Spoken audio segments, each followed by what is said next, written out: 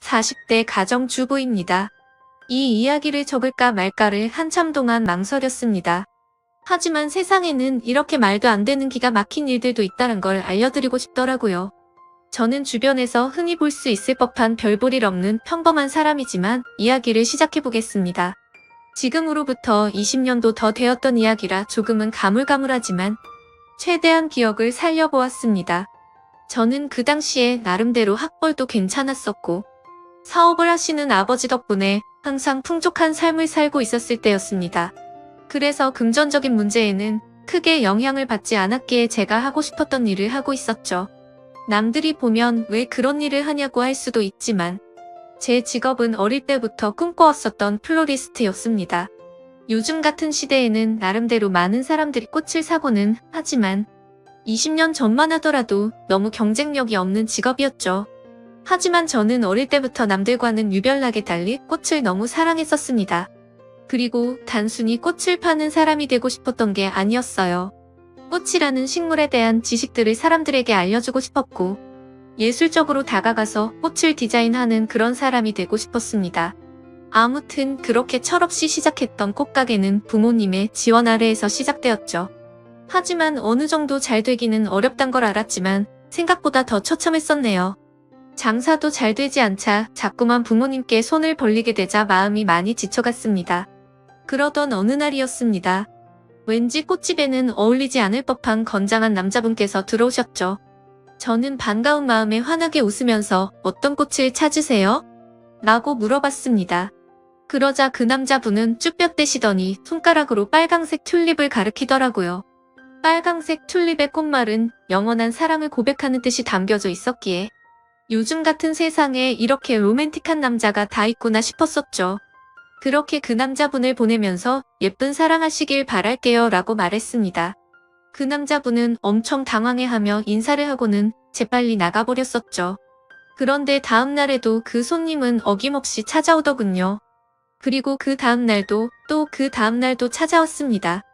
하루도 빠짐없이 매일같이 찾아와서 솔직히 뭔가 이상하다 싶었고 별의별 생각이 다 들더군요. 하지만 내성적인 성격이라 말을 걸면 불편해하는 듯해서 괜히 참견하는 건 주제넘는다 생각했었고 항상 자주 찾아와 주셔서 고마울 따름이었죠. 그렇게 그 남자분이 오신 지도 열흘 정도가 다 되어가던 날 사고가 터지고 말았습니다. 여자 혼자서 영업하던 가게라서 항상 위험에 노출되어 있었지만 그때는 철이 없어서인지 겁도 없이 그런 걱정은 딱히 하지 않았죠. 처음 보는 남자가 들어오더니 갑자기 돌변하더니 당장 돈을 다 꺼내라고 협박을 한 거였죠. 살면서 처음 마주하는 강도였습니다. 저는 순간적으로 너무 무서워서 펑펑 울어버리면서 강도가 시키는 대로 돈을 다 꺼내서 전해줬습니다. 그렇게 뒤돌아서서 나가는가 싶었는데 갑자기 문 쪽으로 다가가더니 문을 잠궈버리더군요.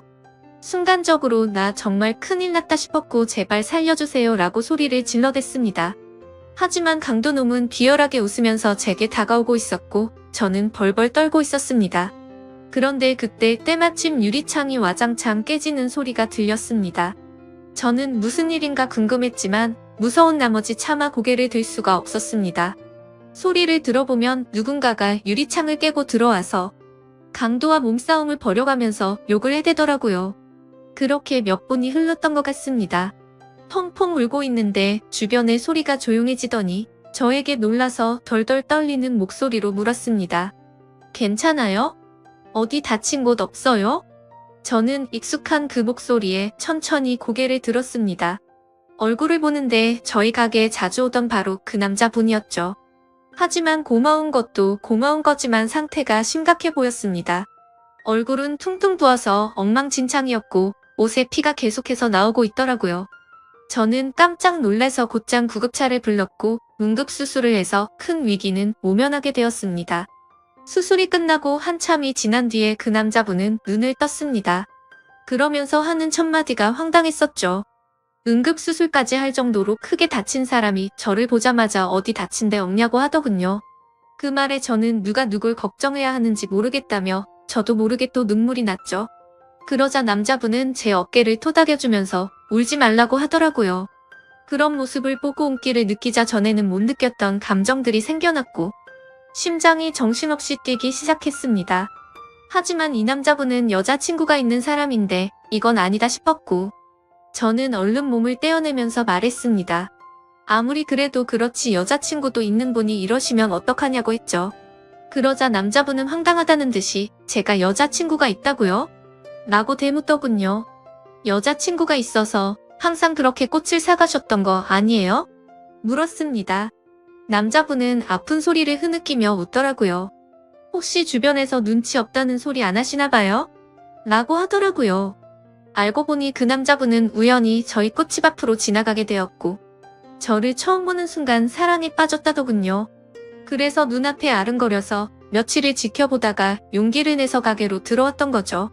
그럼 저에게 고백하려고 튤립도 샀던 거냐고 물었습니다. 그러자 남자분은 꽃은 살면서 처음 사봤고 꽃에 꽃말이란 게 있다는 것도 처음 알게 된 거라고 하더라고요. 그러면서 마침 골랐던 꽃이 사랑의 고백이라니 너무 신기했다고 하더군요. 그렇게 저와 그 남자분은 자연스럽게 서로의 마음을 알게 되었고 저희는 평생 동안 기다려오던 상대를 만난 듯이 나날이 사랑이 깊어졌습니다. 퇴원을 할 때까지는 제가 항상 병원에 가서 알콩달콩 사랑을 키워나갔고 퇴원을 하고부터는 일이 끝나면 항상 저희 가게로 와서 사랑을 키워나갔었죠. 그러다가 남자분은 조심스럽게 제게 말을 꺼냈습니다. 사실 우리가 아무런 조건도 따지지 않고 사랑에 빠져버렸지만 자신은 남들이 보기에는 별 볼 일 없는 직업을 가졌다고 말하더군요. 저는 솔직히 그런 건 전혀 상관없었기에 상관없다고 말하며 무슨 일을 하는데요? 라고 물었습니다. 그러자 건설업을 공부하고는 있는데 지금은 그런 꿈을 키워가면서 일용직으로 노가다를 한다고 하더라고요. 사실 평범한 직업은 아니었기에 호기심이 생기긴 했지만 그게 문제가 되는 건가 싶었습니다. 저는 직업에 귀천이 어딨겠냐며 저도 이렇게 적자 보면서 일을 하는데 나보다는 낫지 않냐며 웃었죠. 우리는 그렇게 예쁜 사랑을 키워나가게 되었고 정말 생각하지도 못한 상황이 생겨버리고 말았습니다. 그건 바로 저희 부모님이셨습니다. 남자친구와 2년간의 연애를 하다가 평생 가약을 맺기로 하였고 부모님에게 소개를 시켜주기 위해서 말을 꺼냈는데 남자친구에 대해서 이야기를 해주니 정말 불같이 화를 내시더라고요. 저는 제 남자친구를 사랑했기에 직업도 능력도 다 필요 없다고 하지만 저희 부모님은 저를 금이야 오기야 열심히 키워주셨고 돈도 안 되는 제 직업에 대해서도 저를 위해서 응원해주시면서 경제적인 지원도 아끼지 않으셨습니다. 하지만 그런 딸에게 능력도 없고 앞날이 막막한 노가다 하는 남자라니 가당치도 않으셨던 거죠. 그날부터 정말 울어도 보고 빌어도 보고 끊임없이 애원했습니다. 부모님의 생전 처음 보는 단호한 모습에 너무 슬펐고 원망스러웠습니다. 결국 저는 어쩔 수 없이 부모님을 등지고 남자친구를 선택하기로 마음을 먹었습니다. 남자친구도 그렇게까지 해서 부모님과 연락이 끊겨버리면 후회하지 않겠냐며 제 마음을 돌리려고 많이 애를 썼습니다. 하지만 저희가 상황이 나아지고 아이도 낳아서 예쁘게 사는 모습을 보면 용서를 해주실 거라 생각했고 또 그렇게 하자고 오히려 제가 남편을 설득하게 되었습니다. 오랜 상의 끝에 남자친구는 얼른 빨리 성공해서 행복하게 해주겠다고 말했고 저희는 결혼식은 생략한 채로 혼인신고를 하게 되었습니다. 처음에는 부부가 되어서 너무 행복했습니다. 매일같이 붙어있을 수 있어서 좋았고 떨어지지 않아도 되어서 좋았죠. 하지만 이상과 현실은 생각처럼 눅눅지가 않더라고요. 부모님의 지원이 끊기게 되자 꽃집에서 생기는 적자는 도저히 감당이 되지 않았습니다. 남편이 열심히 일해서 번 돈을 밑 빠진 독에 물 붓는 짓을 할 수는 없었기에 저는 제 직업을 포기하려고 마음을 먹었습니다. 하지만 부동산 계약은 아직 1년이 넘게 남아있었고 가게를 열면 오히려 적자가 심해지는 상황이었죠. 결국에는 계약 기간이 만료될 때까지 가게는 빠지지 않았습니다. 그로 인해 보증금은 전부 다 사라진 지는 오래였고 권리금도 한 푼도 받지 못해서 오히려 빚만 몇천만 원이 생겨버렸습니다. 도움은 주지 못할 망정 빚까지 생기게 만드는 바람에 남편에게는 너무 미안했습니다. 그래서 결국 저도 빚이라도 갚는 게 최우선이다 싶어서 무작정 아르바이트 자리를 구하고 다녔고 결국에는 오전에는 홀서빙을 했고 저녁에는 주방 보조로 일을 하게 되었죠. 돈이라는 게 이렇게 벌기 어렵구나라는 걸 너무 절실하게 깨닫게 되었습니다. 그리고 빚이 생기고부터 이자가 어마어마하더군요. 남편과 함께 아무리 열심히 빚을 갚아도 빚은 너무 더디게 줄어들었고 삶에 힘들어질수록 서로에게 점점 지쳐가는 것 같았습니다. 연애 시절에는 한 번도 다툼이 없었는데 날이 갈수록 서로에게 짜증이 늘어가더군요. 아무튼 그렇게 악순환이 반복되던 어느 날 저희 부부에게는 더 큰 문제가 생기고 말았습니다. 자꾸만 소화가 안 되고 배가 더부룩했는데 저는 결국 쓰러지고 응급차에 실려 가버리게 됐던 거죠. 참 많이 암담했습니다. 사람이 많이 힘들다 보니 아픈 걱정보다도 돈 걱정이 앞서더군요. 경제적으로 어렵다 보니 보험은 이미 해지가 됐던 상황이었고 혹시나 큰 병이 아닐까 걱정이 이만저만이 아니었습니다. 하지만 슬픈 예감은 왜 틀리지 않는 걸까요? 의사 선생님은 검사 결과를 보더니 당장 입원해서 수술부터 하셔야겠다고 말하더군요. 지금 위쪽에 암이 발견됐는데 생각보다 크게 전이되지는 않았는데 시간이 가면 갈수록 너무 위험한 상태라서 당장 수술 날짜를 잡아야 한다고 했습니다. 왜 한순간에 모든 게 엉망진창이 된 건지 너무 서러워서 펑펑 울었습니다. 남편도 아무 말 없이 고개를 숙이고 있었고 그런 모습을 보는데 남편이 원망스러웠죠. 제가 선택하고 설득해놓고는 결국에 저는 남편 탓을 하고 있었던 거죠. 남편은 구겨진 인상으로 조용히 밖으로 나갔습니다. 그리고는 며칠 동안 전화도 받지 않고 제 앞에 나타나지를 않았죠. 그러다가 양복을 멀끔히 차려입고 나타나서 이혼 서류를 내밀더니 정신 나간 소리를 짓거리더군요. 며칠 동안 고민을 해봤는데 당신과 살면서 당신 빚 때문에 내 인생도 망가진 것 같다고 말이죠. 그런데 그것도 모자라서 이렇게 큰 병을 치료해줄 돈도 없고 감당해낼 자신이 없다고 했습니다. 이제는 내가 뒷바라지 더 이상은 못하겠으니까 이혼을 해달라고 요구하더군요. 나를 위해서 온몸이 피투성이가 되어가면서 지켜주던 그 남자가 맞는 건가 싶었습니다. 몸도 온전치 못한 저를 버리고 이기적으로 저를 버린다는 모습에 너무 상처를 받았고 병실 내에 다른 사람들이 있는데도 불구하고 소리를 지르면서 욕을 해댔고 너 없으면 못 살 거 같냐고 말하면서 이혼 서류에 도장을 찍어줬습니다. 그러자 남편은 잘 지내라는 말 한마디만을 남겨둔 채 문 밖으로 나가버렸습니다. 저는 그동안 묵혀왔던 감정을 내뱉듯이 창피한 것도 모르고 소리내서 펑펑 울었죠. 옆에 있던 사람들은 저렇게 못된 남자랑은 이혼하는 게 100번 1000번 맞다며 저를 위로해주더군요. 제 곁에 아무도 없자 부모님 생각이 나서 부모님에게 연락을 드리게 되었습니다. 어머니가 뛰어오시더니 그러게 왜 그런 남자랑 결혼했냐며 저를 끌어안고 오셔서 저도 같이 펑펑 울었습니다. 그렇게 30분 정도 뒤에 아버지가 들어오셨고 일단 병실부터 옮기자며 1인실로 옮겨갔습니다. 다행히도 경제적으로 부유하신 부모님의 지원을 받고서 저는 수술을 치르게 되었고 초기에 치료를 한 덕분에 아주 건강하게 회복을 하고 퇴원을 하게 되었습니다. 건강을 회복한 이후로는 전 남편에게 뒤통수를 제대로 얻어맞은 덕분에 완전 다른 삶을 살게 되었죠. 예전처럼 순둥순둥한 성격의 여자가 아니라 그 어떤 사람보다도 독할 정도로 정말 열심히 살게 되었습니다. 순진하게 꿈꾸던 꽃집에 대한 미련은 버린 채로 아버지와 상의 끝에 사업을 이어받기 위해서 회사로 출근을 하기 시작했죠. 아버지는 그 당시에 누구나 이름만 들으면 알 수 있을 만큼의 사업을 운영하고 계셨고 몇 년 동안은 순탄하게 회사가 고속 성장을 이뤄나가고 있었습니다. 하지만 그런 행복한 일들도 오래가지는 못하였죠. 매번 사업이 성공하다 보니 겁이 너무 없어졌고 무리하게 사업을 키우다 보니 회사는 걷잡을 수 없이 무너지기 시작했습니다. 그때 절실하게 느껴졌습니다. 아무리 노력하더라도 인생은 한순간에 파탄날 수 있다는 걸 말이죠. 결국 투자자들의 빚독촉에 시달려서 저희 가정은 풍비박산이 났습니다. 아버지는 너무 큰 좌절감으로 인해서 모든 연락을 끊은 채 사라지셨고 어머니와 저는 조그마한 여관방에서 세상에 둘만 남겨진 기분으로 서로를 끌어안고 울었습니다. 인생에 대한 허무함에 모든 걸 다 포기하고 싶었지만 도저히 그럴 수는 없었습니다. 어머니와 저는 서로의 버팀목이 되어주면서 이대로 굶어 죽을 수는 없었기에 알바를 시작했습니다. 정말 최선을 다해서 열심히 살았던 것 같아요. 몇 년 동안을 단 하루도 쉬지 않고 일을 하게 됐고 모든 빚들을 다 청산하게 되었죠. 하지만 정말 너무 허무하게도 빚을 다 갚고 나서 몇 달이 지난 뒤 몇 년간 너무 무리를 하셨는지 제 어머니는 갑자기 일을 하던 중에 쓰러지게 되셨고 최선을 다해서 소생시켜보려고 했지만 결국에는 저를 혼자 두고서 세상을 떠나게 되셨습니다. 제 인생은 왜 이렇게 악몽 같은지 정말 너무 슬펐고 화가 났습니다. 결국 혼자서 어머니의 곁을 지키면서 장례식을 치르게 되었고, 무책임하고 이기적인 아버지는 그 소식도 알 수 없었기에 끝내 나타나지를 않으셨죠.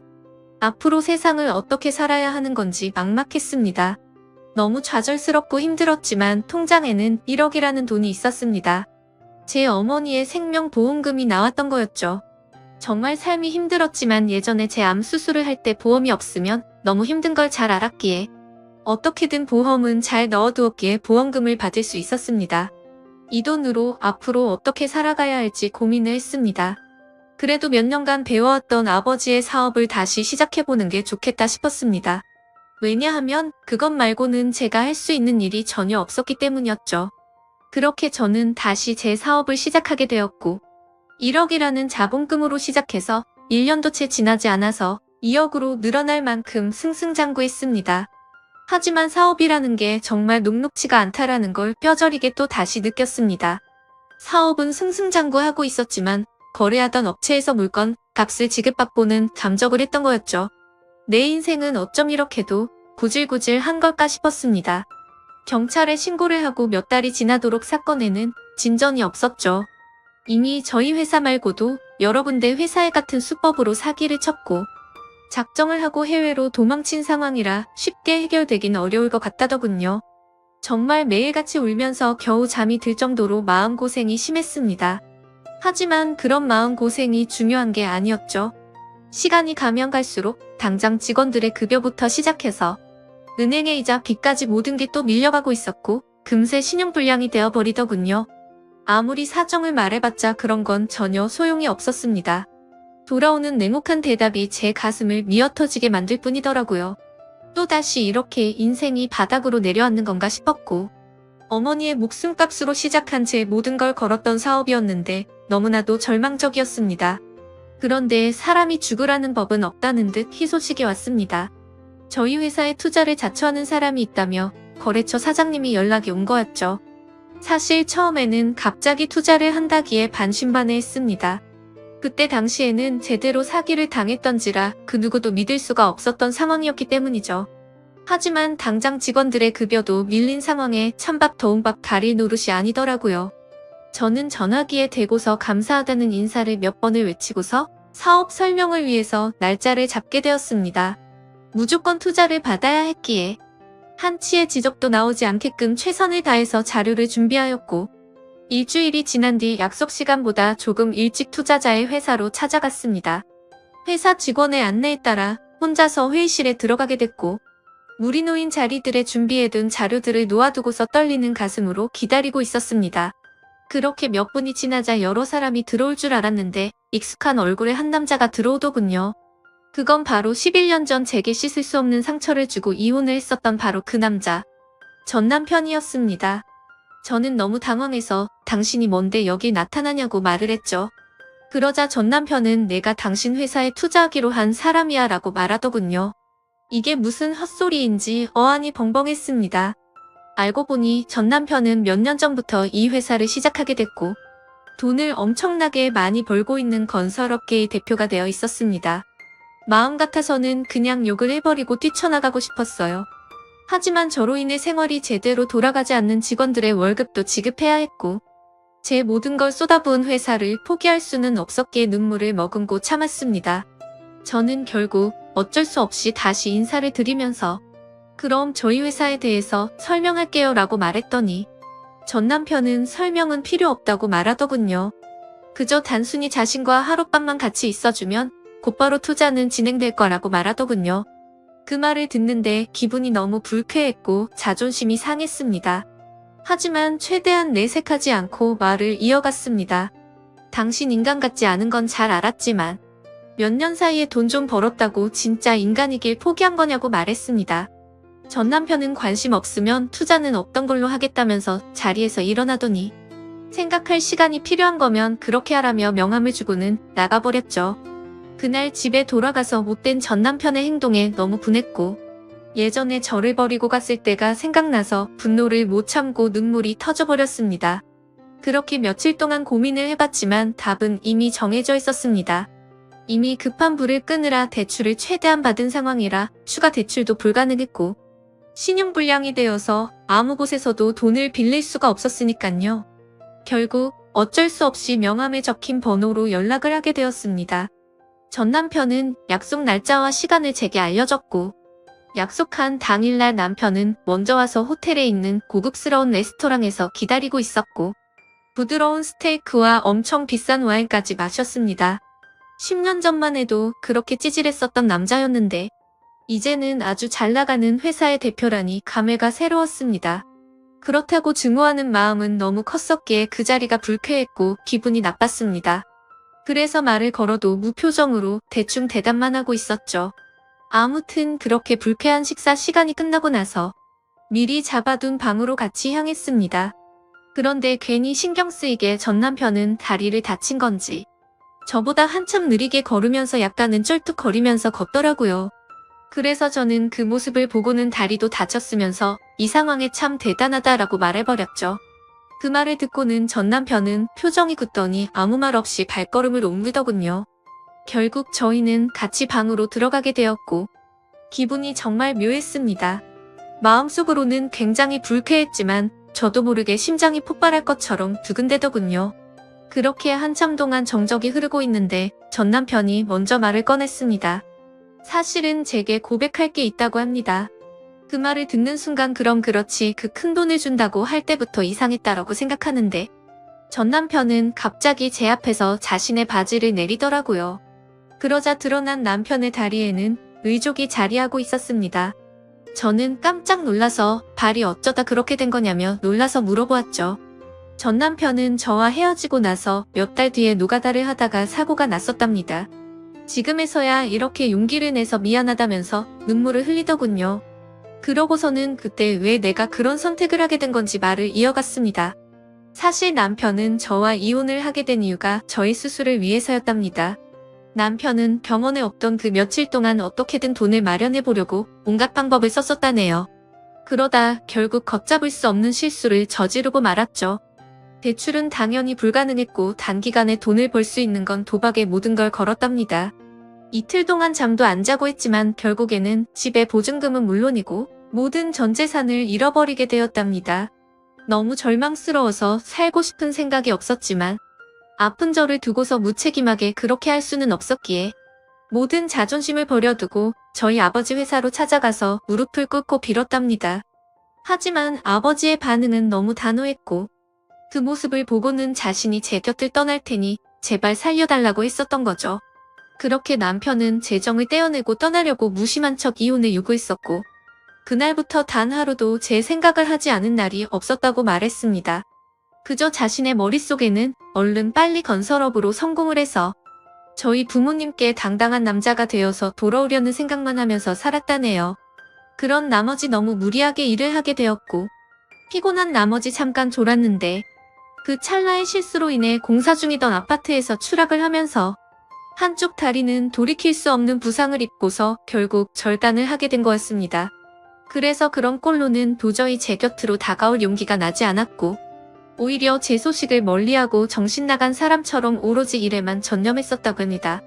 결국에 전 남편은 건설업계에 반드시 필요한 아이템으로 큰 성공을 하게 되었고 그때부터는 제 소식도 알아보고 어떻게 살았는지 알게 되었다고 하더군요. 저에게 당신이 여유 많은 부모님과 함께 살면 행복하게 살고 있을 줄만 알았다며 눈물을 흘리면서 덜덜 떨면서 말했습니다. 그런 큰 아픔을 겪으면서 얼마나 세상이 원망스러웠을까 싶었고 너무 슬퍼서 매일같이 울었다네요. 하지만 10년이라는 긴 시간이 흘러버렸고 제 앞에 나서기에는 도저히 용기가 나지 않았답니다. 그러다가 제가 당한 사기 소식을 저희 거래처 사장을 통해서 알게 되었고 금전적으로 여유가 없는 저를 돕기 위해서 투자자로 나서기로 결심을 했었답니다. 전 남편은 제게 말했습니다. 당신을 떠나보내고 자신이 너무 원망했고 10년 동안 단 하루도 빠짐없이 후회하고 그리워했다고요. 내게는 지금도 앞으로도 당신 한 명만이 영원한 사랑이라며 저를 안아줬습니다. 저도 그런 모든 얘기들을 다 듣고 나서 눈물이 터져버렸고 아무 말도 하지를 못한 채 남편을 끌어안고서 울기만 했죠. 지금은 그날 이후로 저희는 끊어졌었던 사랑을 다시 이어붙였고 제 사업도 남편 사업도 다 승승장구해서 경제적으로는 많이 여유로워졌습니다. 한때는 세상이 무너질 만큼 힘들었었지만 저를 위해서 자신을 희생했던 남편과 지금은 어느 누구도 부럽지 않게 행복한 생활을 하고 있네요. 누구에게나 저처럼 큰 시련이 생길 수도 있겠지만 항상 좋은 미래를 생각하면서 힘내셨으면 좋겠습니다. 저의 기고한 사연을 읽어주셔서 감사합니다.